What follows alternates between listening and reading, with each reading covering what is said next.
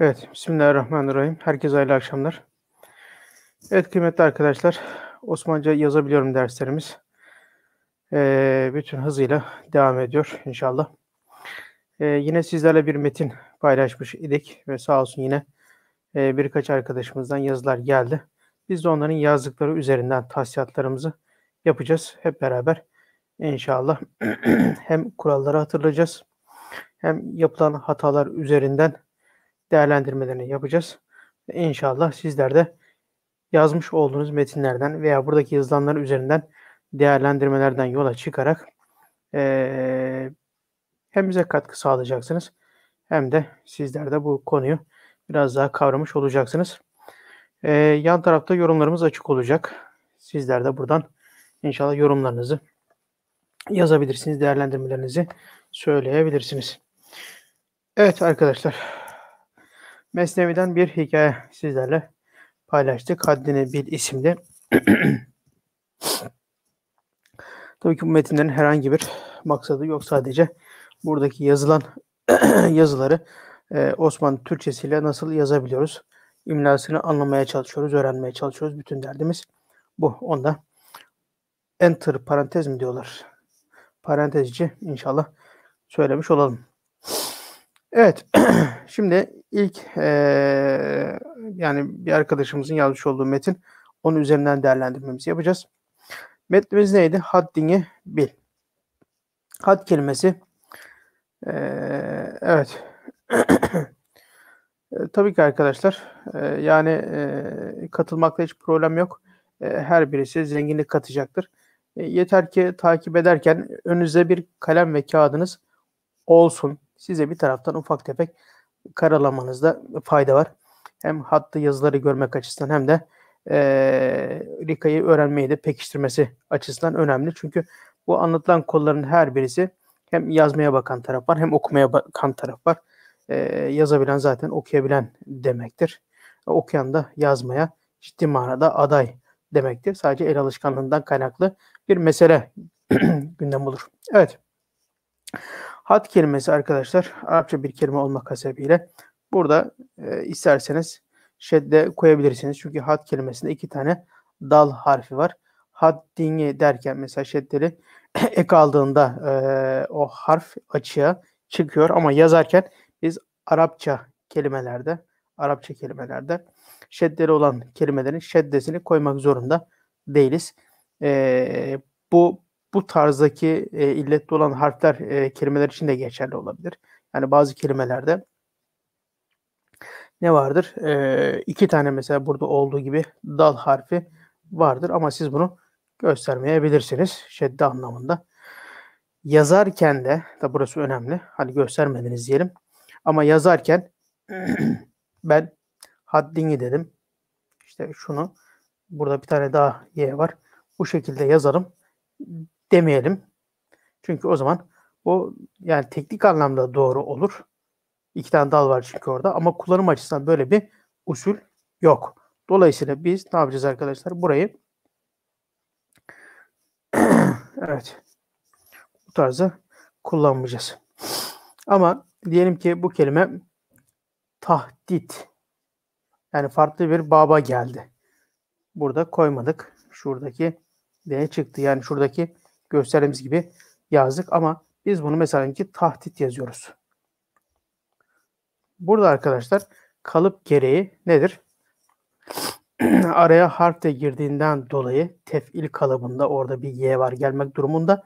Dolayısıyla biz bakınız o şuradaki fazla t ve şuradaki y harfi haricinde ha, dal ve dal harflerini göstermek durumundayız. Yani burada biz şurada şedde var göstermiyoruz dediğimizde ki konu burada kalkıyor. Neden? Şuradaki kalıbın uygunluğundan dolayı araya bir harf girdiğinden dolayı.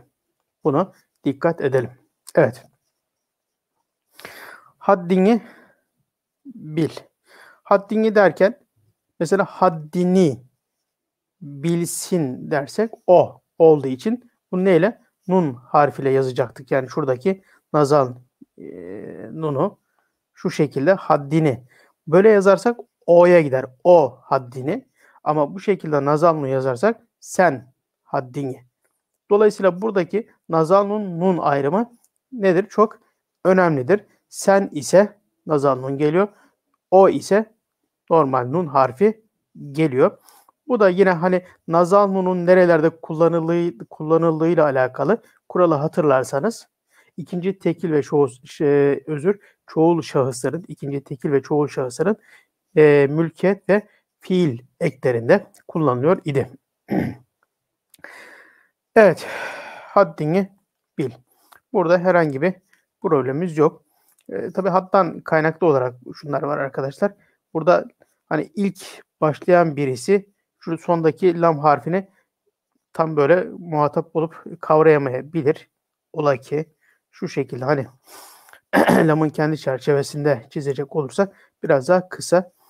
Ama bu zaten el yazılarının hususiyeti olarak yazmaya başladığınızda biraz daha bunu fark edeceksiniz. Eğer bir Rika dersi, net bir Rika dersi alıp da onun bütün kurallarına uygun tarzda yazar hale gelemediyseniz mutlaka bugün Latin harfli Türkçeyi yazdığınız gibi hani Times New Roman formatında veya fontunda yazmıyoruz hiçbirimiz. Kendimize göre el yazımızla yazıyoruz. O tarzda çok böyle mekanik benzer yazanlar da var mı? Allah nazardan saklasın. Var ama genel itibariyle kendimize göre bir form oluşturup oradan yazıyoruz. Hatta o kadar net form oluşturuyoruz ki sizin yazınızdan size ait olduğunu diğerleriyle kıyaslayarak artık yapay zekalar bulur noktaya geldiler. Her neyse. Yani bu tip şeyler olabilir. Biz bunu cümle içerisinde okurken zaten ne olduğunu aşağı yukarı bilebiliriz. Bilinmeyen yerler olacaksa da yazımıza o manada dikkat etmekte fayda var.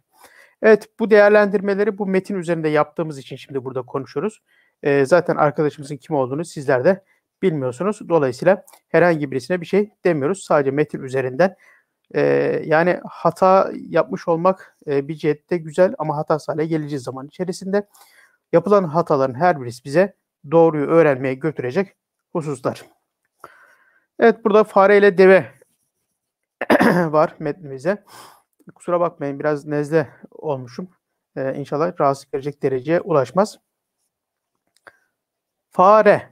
Evet, bakınız F, elif, R, H. Yani okutucular burada net bir şekilde zaten konulmuş. Fare. Bir. Bu da yine klişeleşmiş harflerimizden birisi. İ ses olmasına rağmen biz neyle yazıyoruz? Y koymadan B ve R harfleriyle yazıyoruz. Devenin. Evet, burada tamlama olduğu için bakınız ne geldi yine? In, in. Bu tamlamalardaki in eki, ün de olabilir bu. Mesela onun arabası derken nun dediğimizde oradaki sondaki ikincisi nazal nun olacak. Zaten birincisi kaynaştırma harfi. Devenin yuları. Devenin yularına. Şimdi buraya geldiğimizde tamlamalar tamam. Buradaki yazımlarda bir problem yok. Yularına. Bakınız şimdi burada hep tekrarlaya geldiğimiz bir husus. Yine burada bir karşımıza çıktı. Çok sık da bu karşılaşacağımız konulardan bir tanesi. Neydi o? Yani biz bunu bu tarzda da yazıldığında okuyabiliriz. Eyvallah, doğrudur. Ama biz imla cihetiyle anlamaya, öğrenmeye çalışıyoruz. Dolayısıyla söylediğimiz net bir kural vardı bakınız. Kelime sonlarındaki i, s, si'deki y'ler. Mesela burada yuları değil mi? Burada yuları. Şimdi şöyle yaptık biz. Yuları. Bu eğer şartımız şuydu.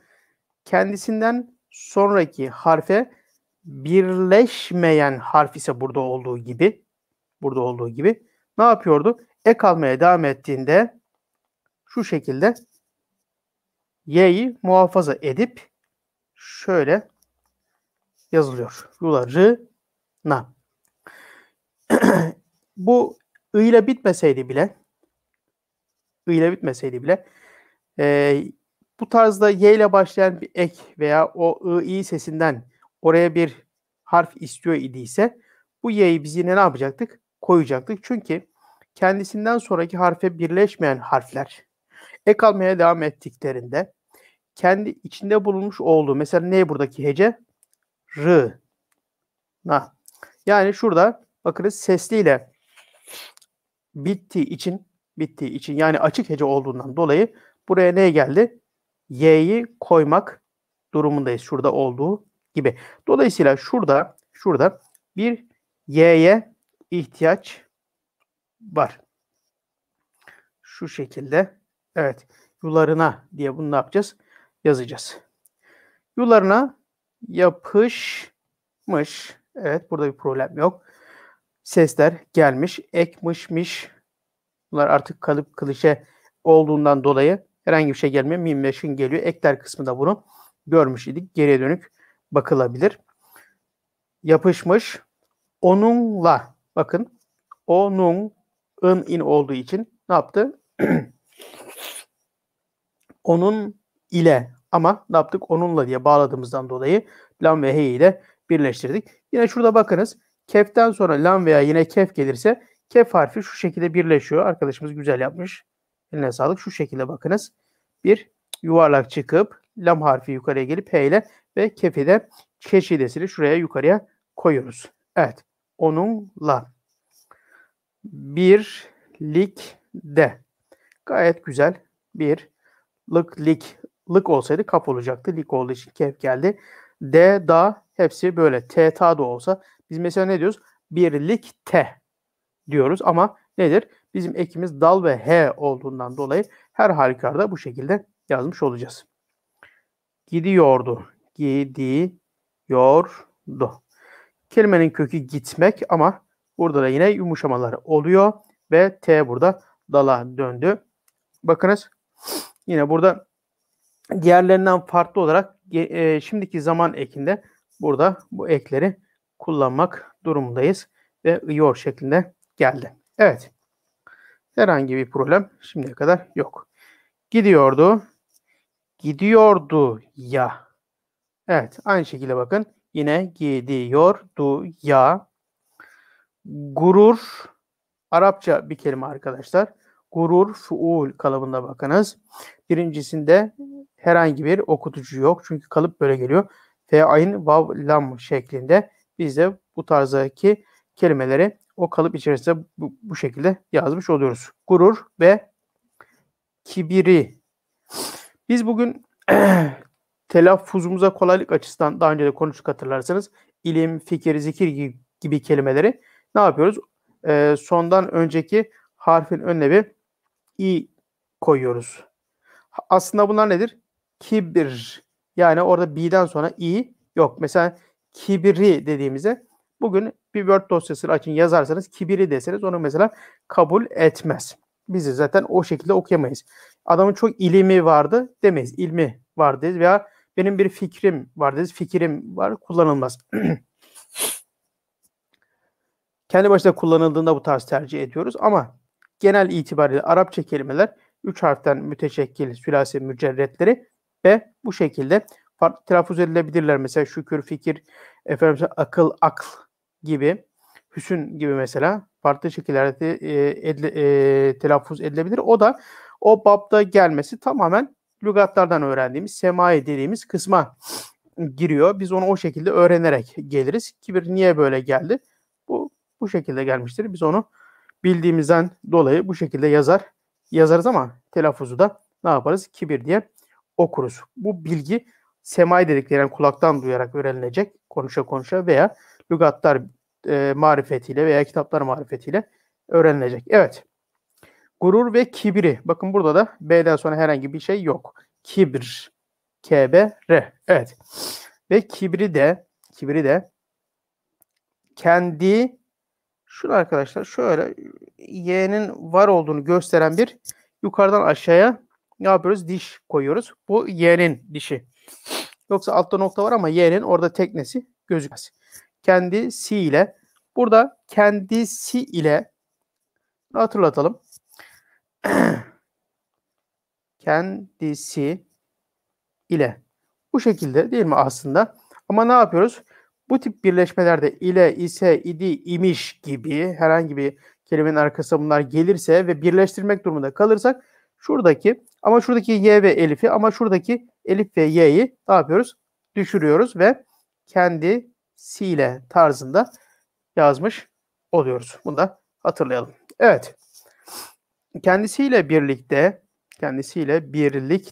zaten şurada tevafuk etmiş. Bakınız hemen yukarıda da geçmişti. Gidiyordu. Bu 3. defa geçmiş oldu. Yine o da bu şekilde tevafuk etti. Evet. Kendisiyle birlikte gidiyordu. Deve. Ömrü. Bakınız yine Arapça bir kelime. Ömür kelimesi. Ömür diye telaffuz ediyoruz ama yazarken ömür. Zaten burada ek geldiğinde telaffuzumuzda yine aynı şekilde ömrü. Evet. Ömrü boyunca. Evet. Boyunca y'den sonra herhangi bir şey getirmiyoruz. İnce ekini direkt arkasına ne yaptık? Eklemiş olup bu şekilde yazdık. Evet. Boyunca. Bu. Kadar. Kadar da yine Arapça bir kelime. Kader gibi bakın bu da yazılıyor. Bu kadar. Kibirli. Aynı şekilde yukarıda. Kendini. Yine bakınız burada. Açık hece olduğu için dal kendisi sonraki harfi birleşmeyen harf. Burada Y okutucusu var. Mesela kendinden deseydik ne yapmayacaktı? Gelmeyecekti. Beğenmiş. Kendini beğenmiş. Şurada tek nokta yapıyoruz. Şurada da çift yumuşak G olduğu için ne yapıyoruz? Beğenmiş. Evet arkadaşlar başka göremeyen var mı kelimeleri, harfleri? Şöyle büyüttüğümde nasıl? Evet. Telefondan takip edenler için belki zor olabilir. Biraz daha büyütmüş olayım. Evet. Kendini beğenmiş. Şurada da arkadaşlar biraz bakın kefin çizgisi aşağıya kaçıyor genelde. Onu da bu arkadaşımıza hatırlatmış olalım. Kendini beğenmiş ve üstün elif, vav, s, t, vav, nun. Üstün görmekten gören. Bakın şurada ne yaptık? Herhangi bir okutucu kullanmıyoruz. An ekini, n'yi direkt hemen ne yaptık? Oraya getirmiş olduk. Görmekten gören. Biriyle derken yine yukarıdaki mantıkta ise imişte olduğu gibi ne yapıyoruz? Bunu da bu şekilde yazmış oluyoruz. Karşılaşmamıştı. Evet. Şimdi arkadaşlar burada karşı kelimesini karşı şeklinde de yazabilirsiniz veya böyle görebilirsiniz belgelerde. Karşı şeklinde günümüzde y ile de yazabiliriz. Karşılaşmak. Burada şimdi bir olumsuz var. Bir de miş eki geldi değil mi? Geçmiş zamana ait. Şimdi burada bir şey var arkadaşlar. Olumsuzlarda karşılaşmamıştı. Şimdi bakın şuradaki olumsuzu terk etmiyoruz. Yani belki şöyle bir kural olabilir aklınızda. Olumsuzlarda mesela nedir? Yüzmeden geliyorum. 2 türlü yazabilirsiniz. Yüzme mastardır. Arkasına den eklediniz. Yüzmeden yani şu şekilde. Yüzmeden geliyorum. Ama siz bunu şu şekilde de yazabilirsiniz. Bu aynı zamanda olumsuzluk manası ifade eden meden madan eki olarak da karşımıza çıkar. Ve biz şunu görürsek yani burada şöyle de yani okuyabilirsiniz. Yüzmeden olumsuzun m'si mim ve h ile efendime söyleyeyim buradaki olduğu gibi işte ma'da elifle yazılır.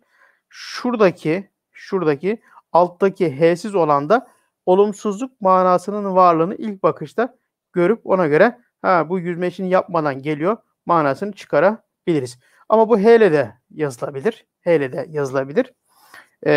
Siz onun cümlenin gelişinden anlamaya bakarız.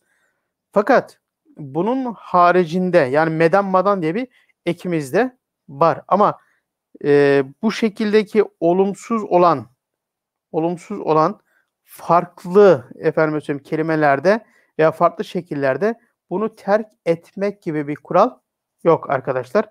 Bunu da aklımızın bir köşesinde tutalım. Evet. Bunu da okursunuz. Eyvallah.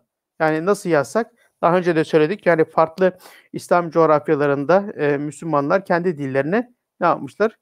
Bu harflerle yazmışlar. Dolayısıyla Arapça olan kelimelere bile bakıyorsunuz normal kendi okudukları gibi yazdıklarını görüyoruz. Mesela bu Doğu Türkistan'daki kardeşlerimizin de yazdıklarında bu şekilde görebilirsiniz. Belki sosyal medyada karşılaşmışsınızdır. Ama biz burada kurallı olarak Arapça, Farsça kelimeleri kendi kuralı içerisinde Türkçe unsurlar veya Batı'dan veya farklı dillerden gelen kelimeleri de yine Türkçe kaidelere göre ne yapıyoruz? Telaffuz edildikleri şekillerde yazıyoruz. Evet. Şimdi ne yaptık? Karşılaşmamıştı. Fare, kendine. Bakınız. Burada kapalıysa zaten mesela kendi derken ken diyoruz değil mi? Burada herhangi bir okuyucu zaten olmayacak. Ki ilk hecelerde E sesinde okutucu kullanılmaz. Bu da bir kural mesela arkadaşlar. İlk hecelerdeki E sesleri kullanılmaz. N tek hece olduğu için belki orada kullanırsınız. Onun haricinde kullanmak zorundasınız. Onun haricinde yok. Dolayısıyla H'nin böyle bir hususiyeti de var ki zaten şurada gel bakın ne. Ama mesela baba derken A sesinde ne yapıyoruz? Elif'i kullanıyoruz veya bu derken tek heceli bile olsa, tek heceli olsa veya olmasa bulunur derken mesela ne yapıyorsunuz? Kullanıyorsunuz. Çok istisnai durumlarda terk edilebilen ama çok istisnai durumlar var. Onun haricinde yine kullanıyorsunuz. Fakat H'yi kullanmıyorsunuz. Bakın ken dedik, yukarıda gören dedik. Orada da istemiyor. Yani E sesi var ama H okucu biraz daha hafif bir okutucu. Gerek sonda olsun gerek başta olsun bu tarzda terk edildiğini göreceksiniz. Ne büyük. Bakınız. Burada büyük derken ü seslerini kullanıyor. Sadece az önce söylediğim için bunu söyleyeceğim. Büyük gibi, bütün gibi mesela kelimelerde birinci vav'ı terk etmişler. Ha, biz bunu niye söylüyoruz? Yani neye göre terk ediyoruz? Bugüne kadarki oluşan belgelerde bu tarzda terklerin olduğunu bildiğimizden dolayı bu kural olarak zaten karşımıza çıkıyor. Yani büyük, bütün gibi kelimelerde mesela buyur kelimesinde de B, Y, U, vav ve R şeklinde yazılmış. Ama mesela ilginçtir. Ç, cim gibi harfler mesela çocuk derken veya küçük derken baştaki değil de ikincisi terk edilmiş. Şöyle bunları söylüyorum ama şöyle isterseniz yazayım. Bakınız büyük derken şu tarzda terk edildiğini görebilirsiniz. Bütün derken yine hakeza. Ama hani dedik ya bunlar neye göre yapılıyor? Böyle gördüğümüzden, böyle kullanıldığından dolayı bunlar karşımıza çıkıyor. Biz de bunları bu şekilde yazabiliriz. Ben bugün işte şu alttakini betonla karıştırırım diyebilirsiniz. Eyvallah o zaman vav'lı yazabiliriz. Onda da herhangi bir problem yok. Ama gel gelelim mesela küçük derken terk etmek zorunluluğu yok bu arada. Onu bilelim. Mesela küçük derken şu şekilde işte ikinci vav efendime söyleyeyim çocuk derken mesela şu tarza ikinci vav terk edildi. Vakıa. Ama siz bunu küçük efendime söyleyeyim çocuk. Bu tarza yazsanız problem var mı? Hayır asla. Hiçbir problem yok. Hatta mümkün olduğu kadar terk etmemek belki daha kolay. Hani ne zaman elimiz biraz daha farklı oturur efendim daha rahat böyle rika yazar hale geliriz. Onun güzelliklerini de ne yaparız? Yansıtmak da tabii farklı bir güzellik olarak karşımıza çıkacak. Evet devam ediyoruz. Ne büyük rehbermişim. Şurada mimi var burada da şu biraz daha belli ettik. Rehbermişim. Bakınız güzel. Rehber kelimesi Arapça buraya geldi. Hatta Farsça mı? Hatırlamıyorum. Rehber, miş, sonra da mim eklenmiş olduğu şahıs zamiri. Rehbermişim de dahi manasında Osmanlıca'da da yine ayrı yazılıyor. Rehbermişim de. Haber Arapça bir kelime. Şurada noktası var görüyorsunuz. Haberim. Bakınız kendisinden sonraki harfe birleşmeyen bir harf değil mi? R harfi de. Ama ne yapmadı? İyi ses olmasına rağmen haberim diyor bakınız. Y okuyucu kullanılmadı. Neden? Neden? Çünkü açık hece değil. Rim. Hece nasıl bitiyor? Bakınız sessiz harfle bitiyor. Sesli harfle değil. Yani kapalı hece. Kapalı hece olduğu için de ne yapmıyor? Buraya Y gelmiyor. Ama şöyle olsaydı haberimiz, haberimiz yani ri ile bitseydi, açık hece olsaydı, sesliyle bitseydi buraya bir tane Y gelecek idi. Evet. Yokmuş. Bakınız kaf, mim, şın. Yok kelimenin kökü. Mış de ek. Bu şekilde birleştiriyoruz ve konu kapanıyor. Evet. Deveyi. Yularından. Bakınız burada yukarıda yularını demişti. Açık hece olduğu için Y gelmişti. Ama burada ne? Kapalı. Rın. Teşekkür ediyorum. Rehber Farsça bir kelimeymiş. Burada bakınız rın geldiği için ne yapmış oldu? Kapalı olduğundan dolayı Y gelmedi. Yularından tutmuş. Evet. Bakın tığ. İkincisinde yine kalın olmasına rağmen bir kuralı hatırlamış olmak için söylüyorum yine bunu. Tığ ve sat harflerinin kullanımıyla alakalı bir kayda bu. Efendim U, O seslerinin bulmuş olduğu hecelerde tığ harfi kullanıyoruz. Burada başta tığ ilk hecesinde kullandık. U olduğu için. Fakat arkasından devam eden ses yine T geldi. U diye kalın devam ediyor. Ama birincisinde kalın kullandığımız için ikincisinde ne yapmıyoruz? Kullanmıyoruz. Onu T kullanıyoruz. Zaten cezimli gibi okunan sakin harflerde daha ziyade ne? T kullanılıyor. Kalında olsa. İstisnalar işte not gibi, patlıcan gibi bazı kelimeler hariç. Evet, tutmuş. Şunu bilmeyen arkadaşlar var mı bilmiyorum. Bazı harfler, mesela nun harfi şu şekilde yazılabilir el yazısında. İşte şın harfi şu şekilde arkasına kuyruk gelir. Kaf harfi şu şekilde gelebilir. Dat harfi Arapça kelimelerde yazdığımızda şu şekilde yine ne yapar? Arkaya kuyruk gelebilir. Bunu da hatırlamış olalım. Evet. Mesela burada da muş derken bakınız arkasına nokta değil de kuyruk şeklinde gelmiş oldu. Tutmuş götürüyorum. Evet. Ben nasıl bir rehbermişim ki deve yularından tutmuş götürüyorum. Evet. Burada götürmek, işte şimdiki zaman kaynaştırma ve şahıs eki geldi.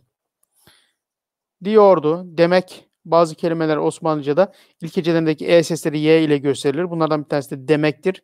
Demek yani dimek şeklinde di. Şimdiki zaman yor, geçmiş zaman dı, diyordu. Evet. Az kelime başlarındaki A sesleri elif harfin üzerine şöyle met harfi getirilerek yazılır. Bu şekilde az, sonra, bu da Türkçe asıllı kelimelerden bir tanesidir. Ve ne ile yazıyoruz? Nazal nun harfiyle yazıyoruz. Az sonra bir ırmağa, biraz daha mimi belli edelim. Evet, bir ırmak. Bakın burada elif, y, r. Ki başlardaki ı sesleri, i sesleri de yine neyle? Elif ve y harfleriyle gösteriliyor. Irmak derken elif de koyduk. Burada bir yumuşama var. Irmağa. Şurada arkadaşlar bakın şu aşağı doğru inen çizgi H. Yani şu şekilde yazabilirsiniz. Şu şekilde de yazabilirsiniz. Evet.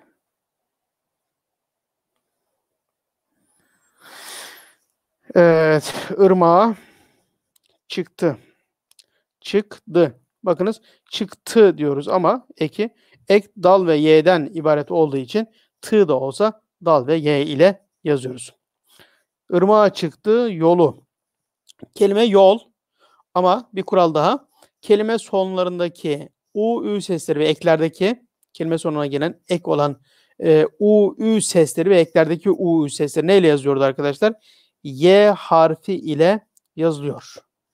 Bazı eklerde devam ettiğinde mesela görüyor derken normalde orada da o ıyoru R'den sonra yazdığımız şeyle Y ile yazıyoruz. Yazmamız lazım. Ama bazen mesela bulunuyor gibi bazı yerlerde neyle yapıyoruz?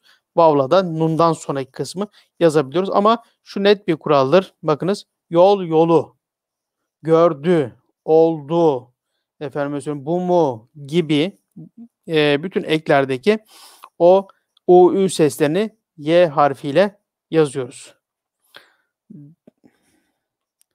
Devenin. Devenin. Evet. Yani devenin yolu. Tamlama olduğu için ın, in, nazanunla geldi. Gürül. Gürül. Bakınız. Harfler. G sesi kef harfiyle gösterebiliyorsunuz. Ü sesi vav'la işte R geldi, L geldi. Yani herhangi burada bir şey yok. Ve sadece harfleri koyduğumuzda karşılıklarına yazmış oluyoruz. Gürül gürül çağlayarak. Çağlayarak. Evet. Arak erek eklerinde arkadaşlar bakınız şurada elif, R, kaf. R'den sonra A yani elif koymayacağız. Veya erek geldiğinde mesela giderek dediğimizde gide, H'yi yazdık ama rekten sonra rek derken R'den sonra ne yapmıyoruz? H koymuyoruz. Onu da hatırlatmış olalım. Evet, kelime başında elif A sesi olduğu için elifin üzerine met geldi. Akmak, yor, şurada kaynaştırmasıyla beraber geniş, şimdiki zaman ve geçmiş zaman akıyordu. Burada bakın kök ek. Burası en belirgin olması gereken şey. Kök ek. Bir de kalın ve ince ses karşılığı olan harfler. Yani işte K sesini siz kalınını kafla, incesini K ile ne yapıyorsunuz? Gösterebiliyorsunuz. Dolayısıyla o ayrımları yaparsanız kök ek. Eklerin kendi içinde kuralları, kökün kendi kuralları, Arapça, Farsça olanlar kendi içinde kuralları, Türkçe olanlar ve farklı dillerden gelenler kendi ses uyumu içerisinde kuralları. En belirgin şey de burada ne? İşte bu kalınlık, incelik meselesi. Bir de işte kök ve ekin birleştiği yerlerdeki birkaç husus arkadaşlar. Aslında 5 tane madde sayarız bunları. 5 maddeyi saydığımızda yani yazmakla ilgili kısmı aşağı yukarı neredeyse halletmiş oluruz. Bundan sonrası pratiğe bakıyor. Yeri gelmişken tekrar hatırlatmış oluyorum. Bu dersi takip ederken arkadaşlar elinizde mutlaka kağıt kalem olması önemli. Veya mesela bu metni biz kendi Twitter hesabımdan ve Instagram hesabından paylaştım. Bugün paylaştım. Arkadaşlardan dönüş oldu. Keşke hepinizden dönüş olsa da biz onları ne yapabilelim? Burada satır satır her birinizden birer satır almış olsak, değerlendirmiş olsak da siz onları görebilmiş olsanız. Evet. Akıyordu. Deve duraksadı. Durmak tı ile yazıyoruz. Evet. Şöyle. Duraksa. Bakınız. Duraksadı. Evet. Duraksamak. Bu dilek şart değil arkadaşlar. Duraksamak elifle ne yapıyoruz? Gösteriyoruz. Ve burada da ekimiz geldi. Zaten elifte birleşmiyor. Akıntı. Akmaktan akıntı. Burada da sadece bakınız ne yapıyoruz? Okul üzeri koyduğumuz o konu çözülüyor. Güçlüydü. Yukarıda bir konu anlattık arkadaşlar. Ne demiştik? İde, idi, ise, imiş gibi yardımcı kelimeler burada birleşik olarak yazıldığında mesela bu nedir? Güçlü idi. Ama biz bunu diyoruz ki güçlüydü. Birleştireceğiz. O zaman nasıl yazacağız? Güçlüydü. Yani şurada 2 tane Y değil de bir tane Y harfi olacak. Buna dikkat edelim. Burası önemli bakınız. Birkaçtır karşımıza çıkıyor. Ama bu Arapça bir kelime olmak hasebiyle arkadaşlar Türkçe gibi düşünmeyeceğiz. Emma şeklinde şuradaki met harfi kelimenin başındaki Türkçe kelimelerde elifin üzerine met koyularak a sesi verilirdi. Bu amma, emma şeklinde Arapça bir kelime olduğundan dolayı elif ve mim. Hatta şurada bir şedde var. Onu koymuyoruz. Evet. Ama rahatlıkla, rahat kelimenin kökü rahat. Biz bunu karıştırırız genelde. Saat de böyledir mesela. Saat yazarız yazarken. Halbuki nedir? Saat. Yani kelimenin aslı Arapça bir kelime. Rahat. Mesela saat de bu şekilde yazılır arkadaşlar. Saat kelimesi. Biz telaffuzumuz sürekli kendi telaffuzumuza göre kelimeleri hatırladığımızdan dolayı rahat şeklinde bakın. Burada ne yaptık? Ha'dan sonra elif koyduk. Halbuki bu ne? Rahat. Şurada R'nin arkasında olacak. Rahatlık. Bakın kalın olduğu için kaf geldi. La arkasına da ekledik. Bu eklerde genel itibariyle arkadaşlar bazı yerler gelen yerler mutlaka var. Ama genel itibariyle lıktır, liktir, mıştır, miştir. Buralarda ne yapmıyoruz? Okutucu gelmiyor. Aman dikkat. Evet. Rahatlıkla geçebilir. Geçmekten ebil bakınız. Şimdi ebil. Şurada H var bir tane arkadaşlar. Aşağı doğru olanı tercih etmişiz. Geçmekten geçe H ile beraber ebil. Sonra geniş zaman eki geldi. Ir, Y ile beraber geçebilir. Di. Sonra da geçmiş zaman eki geldi. Kusura bakmayın. Başta söylediğim biraz nezle var. Geçebilirdi. Farenin se. Bu da nedir? Farenin ise aslında. Burada ne yapmıyoruz? Birleştirdik. Elif ile Y düştü. Dolayısıyla farenin ise beti, benzi. Bengiz yine Arapça, Türkçe asıl kelimelerden bir tanesi ve nazanlunla beraber yazıyoruz. Beti benzi atmıştı. Atmakmıştı. Bakınız 3 ayrı kelimenin kökü ve devam eden ekler geldi. Atmıştı. Eyvah. Eyvah. Bakınız herhangi bir sıkıntı yok. Olması gereken harfler yerine geldi. Ey ve elif H geldi. Eyvah dedi demek. Dediğimiz gibi Türkçe asıl kelimelerdeki, ilk hecelerdeki E sesleri bazen Y ile gösterilir. Bunlar da demek, yemek, etmek gibi kelimeler vermek de bunlardan bir tanesi. Şimdi burada bir ne unutulmuş? Y unutulmuş. Şuraya bir diş koyuyoruz. Şuraya da bir nokta koyuyoruz. Şimdi burada arkadaşlar Y var. Unutulmuş. Ne? Şunları tek nokta büyüttüğümüz için biraz iki nokta gibi gözüküyor.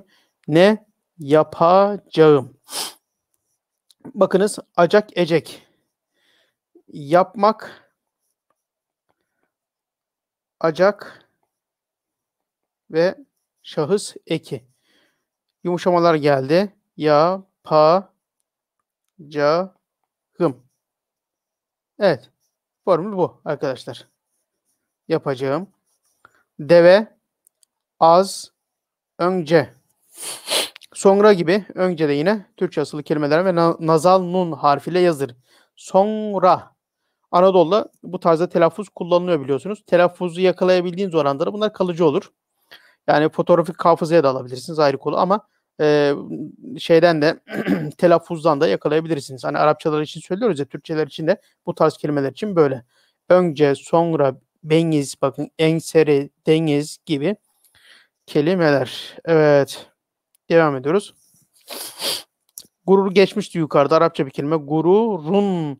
Bakın run kapalı ece. Okutucu yok. Dan, den, dan. Burada bakın elif gelmiyor arkadaşlar. Çünkü bu ayrılma ifade eden ekin yazılış şekli her halükarda. Den, dan, ten, tan hepsi bu tarzda. Eğer fırsat bulursanız eklerle alakalı kısma sadece ekleri gözden geçirmek anlamında hatırlamak noktasında bakılabilir zaman zaman. O bize çok fayda verir inşallah. Gururundan yanına. Yanına. Evet. Bakınız burada hani söylediğimiz bir şey vardı kural. Yanı. Ek almaya devam etti. Buradaki şuradaki y, I, I, S, S hatırlarsanız ek almaya devam ettiğinde düşüyordu. Ya, n, na. Bakın bu şekilde oluyor. Yani bunlar karşılaşacağımız, zaman zaman da hata yapabileceğimiz şeyler olduğu için arkadaşlar sık üzerinde duruyorum. Yanına yaklaşılmayan. Bu tarzda mıyan şeklinde yazılmalar da var. Ama biz bunu evet, mayan tarzında böyle elifle yazabilirsek daha iyi olur, kalıcı olur. Bu şekilde kullanımlarda var mı? Var. Fareye, bakınız. Buradaki şuradaki y kaynaştırma. Ama biz zaten telaffuz ederken bunları söylediğimizden oradaki harfin ihtiyacı belli. Harfin kendisi zaten bir şekilde geleceğini belli ediyor. Buradaki sıkıntı ne? Ek kök birleşmelerinde, kökle ekim birleşmelerinde hangisi terk edilecek, hangisi terk edilmeyecek, burada var mıydı, yok muydu gibi meseleler belki gündeme gelebilir. Baktı, bakın dı diye tı diye yine aynı şekilde doğdu de, oldu dediğimizde de, efendim düştü dediğimizde de mesela yine dal ve y harfleriyle. Hayır, evet, hayrola, hayır ola. Evet, şurada lam ve elif var. Şu şekilde birleştirelim, net gözüksün. Hayır ola. Şu hayrı da yani eyvallah ama şöyle biraz yazarsak şu şekilde. Evet. Hayır. Hayır ola. Dost. Bakın parça bir kelime. Arkasına ne ekledik? Şahıs zamiri. Dostum. Benim olduğu için direkt mimi ekliyoruz. Hayır ola dostum dedi. Ne oldu? Bakın burada da U sesiyle geldi. Ki zaten eklerde U sesleri Y ile gösteriliyordu. Fare kekeledi. Bakın burada da herhangi bir sıkıntı yok. Kekelemekten kekeledi. Zaten ilk hecelerde H'yi kullanmıyoruz. Yok bir şey. Evet, yok bir şey. Bu kekelemekten dolayı geliyor. Yok bir şey. Arapça bir kelime şey. Bunu yazarken arkadaşlar şurada bir hemze var gibi düşünmeyelim. Bu sadece tamlama olduğunda şey-i vahid dersek mesela burada ne yapabiliriz? Hemzeyi koyabiliriz tamlamadan dolayı ama müstakil olduğu zaman şey ne yapıyoruz? Şu şekilde herhangi bir hemze koymadan yazıyoruz. Deve haydi dedi. Evet. Şimdi arkadaşlar bir arkadaşımızın gönderdiği metin buraya kadar geldi. Şuradan da bir iki satır okuyalım. Ondan sonra bitirmiş olalım. 43 dakikayı tamamladık. Burada ışık yansımasından dolayı biraz açmaya çalıştım fotoğrafı ama inşallah orada güzel gözüküyordur. Haydi dedi. Şuraya kadar gelmiştik. Paça. Bakınız. Paça. P, elif, ç, h. Lar, çoğul, I. Paçaları. Sıva. Kalın olduğu için S sesi. Sat burada bakınız geldi. Sıva da gir. Bakınız. Suya. Evet. Ben bunu kir diye de okuyabilirim. Okursunuz. Mümkün. Gir diye de okuyabilirsiniz. Burada sıvada kir suya denmez. Dolayısıyla gir denir. Hatta mesela öyle bir şeydir ki Osmanlı Türkçesinin bu yazılımından dolayı mesela bazı yerlerinde kir diye belki sert sesle söylendiği de vakadır. Gir der ama aslında kir diye mesela söyleyebilir. Bunun gibi başka böyle kelimeler de var. Farklı telaffuz edilebilen. Kılavuz. Evet, kılavuz arkadaşlar bakın normal yazıldığında bu şekilde kılavuz diye yazılmış. Kılavuz diye biz V ile de şu gaynin yerine yani şu şekilde buz diye de yazabilir miyiz? Yazabiliriz ama orijinal asıl lügatlarda geçen hali bu. Son dönemde vav'la da yazılabilir diye lügatlarda var. Şurada arkadaşlar aslında burada sen yazıyor. Sen. Sen kelimesi doğru. Yani ikinci tekil şahıslara ait ama ne? Mülkiyet ve fiil eklerinde. Yani veya tamlamalar. Şimdi senin deseydik, sen nasıl yazıyor? Sin ve nun harfleriyle yazılıyor. Bu devam etseydi, senin deseydi doğru şu şekilde yazacaktık. Ama burada sen olduğu için şöyle yazmamız gerekiyor. Yani bu ikinci tekil şahsın zamiri olmasına rağmen buradaki yazım şekli nazal nun değil, normal nun ile olacak. Ama evin deseydi, yani senin evin deseydi, evin dediğimizde böyle yazılmalıydı nazal nunla. Veya yaptın, sen yaptın deseydi yine nazal nunla yazılacak idi. Evet, muhtemelen bu o anki dalgınlıkta olan bir husus. Ama aklınızda olsun. Zaten Osmanlı Türkçesinin e, yani benim şahsen en çok hoşuma giden tarafı yazarken, okurken de öyle. Sürekli kafanızın çalışıyor olması. Yani bir tarafta burada ne gelecekti, şu kural mı vardı, öteki de beriki derken bunu çalıştırıyor olmak bana eğlenceli geliyor, bilmiyorum. Evet. Sen değil misin? Evet. Değil misin? Güzel. Kılavuz sen değil misin diyor. Fare zor. Evet. Bakın bir kuralı hatırlayalım. Neydi o kural? Türkçe kelimelerde kullanılmayan 6 tane harf vardı. Hatırlar mısınız? Türkçe kelimelerde Arapça asıllı olup Türkçe kelimelerde kullanılmayan 6 tane harf. Nedir? H harfi, ayın harfi, zel harfi, peltek S ve Z. 6 dedik. Diğerini unuttum. Gelir. Bunlardan bir tanesi arkadaşlar Z harfi. Dolayısıyla zor dediğimizde hangi sesler var Z ile ilgili? Zel var. Z var. Bir de Z var. Şu ikisi kullanılmayanlardan olduğuna göre zoru neyle yazacağız? Şu şekilde zor diye yazacağız. O biz ilk öğrenmeye başladığımız zamanlarda böyle çok gündemde olan kelimelerden, harflerden bir tanesiydi. Z sesi karşılığı olarak oradan aklımıza kalan bir tablo. Sizlere inşallah bu vesileyle kalıcı olmuş olur. Evet, fare zor durumdaydı. Bakınız. Durum ek ne? Da. İdi. Birleştirdiğimiz için şuradaki elif ve y'yi terk edecektik. O zaman şu elifi terk edeceğiz burada. Elifi terk edeceğiz. Dolayısıyla nasıl yazacağız? Durumdaydı. Evet. Bakınız durumdaydı. Yani şurada bir tane H olması gerekiyor. Bunu ne yapmışız? Atlamışız.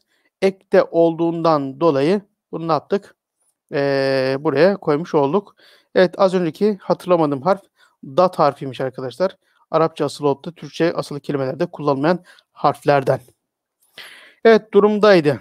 Bu koca ırmağı evet, nasıl bu şekilde yazıyoruz. Nasıl geçerim dedi. Şimdi arkadaşlar bakın burada bir husus var. Bunu da anlatıp bitireceğim. Geç iki şekilde yazılıyor. Bir şu şekilde geç. Bir de şu şekilde giç tarzında. Şimdi şu geçmek, geldi geçti veya işte geçerim dediğimizde nasıl yazıyoruz? Geçerim. Bakınız. Ama şu kelime giç, yani y ile yazdığımız olan geç diyoruz yani. Geç kaldım. Erken geldim. Geç. Buradaki geç y ile yazıyor ama geçmek fiilinin yazımı ise y ile değil. Bu hatırınızda olmuş olsun deyip burada arkadaşlar çok uzatmayalım. Bir 5 dakikanızı almış oldum. Hakkınızı helal edin. Bitirelim. Haftaya inşallah yeni bir metin olur ama burada kaldığımız yerden devam etmiş oluruz. Ben yine haftaya bir inşallah metin paylaşacağım. Bilemiyorum, belki bu çalışmayı devam ettirmek arzu ediyoruz. farklı bir formata döner miyiz? Onu da tam bilemiyoruz. Ramazan-ı Şerif de geliyor. Ama hazır bu tarzda yazılar devam ederken devam etmekte fayda var. Fakat sizden ricam yine hani acemi olup olmadığına bakmayın. Burada zaten isimde paylaşmıyoruz. Bir şekilde gelirse burada paylaşılacak gibi olanları bir şekilde paylaşırız. Yani tahsih ederiz beraber. Kalıcı olur. Göndermeyenler de kendisi yazıp ama ben göndermiyorum diyenler de masasına mutlaka koyup orada kırmızı kalemle işaretlemeleri yapabilirler. Veya hiç yazmadı, vakti olmayan arkadaşlar ise eee, yani dersi dinlerken ellerine bir tane kağıt, bir tane kalem alabilirlerse çok makbule geçer demiş ve bitirmiş olalım. Evet, hepinize hayırlı akşamlar diliyorum. Tekrar görüşmek dileğiyle. Allah'a emanet olunuz.